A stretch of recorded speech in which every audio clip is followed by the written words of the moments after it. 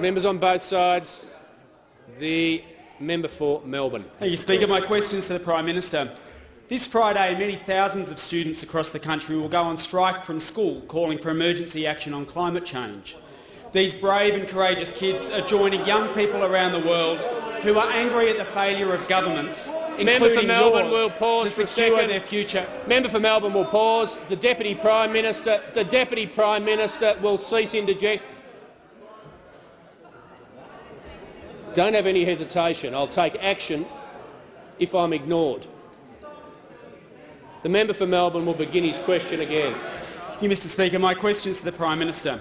This Friday, many thousands of students across the country will go on strike from school, calling for emergency action on climate change. These brave and courageous kids are joining young people around the world who are angry at the failure of governments, including yours, to secure their future from global warming. Prime Minister, will you join me in praising these students for having a go?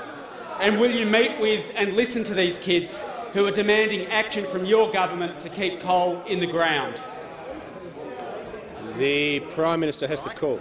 Mr. Speaker, climate change is a very real and serious issue which demands the attention of governments at all levels, and it has the attention of this government through the Emissions Reduction Fund, the Renewable Energy Target, the Clean Energy Finance Corporation, the Australian Renewable Energy Agency, our Snowy 2.0 initiative and energy efficiency measures, our commitment to 26% of emissions reduction target, which we remain committed to. We're committed to all of these things.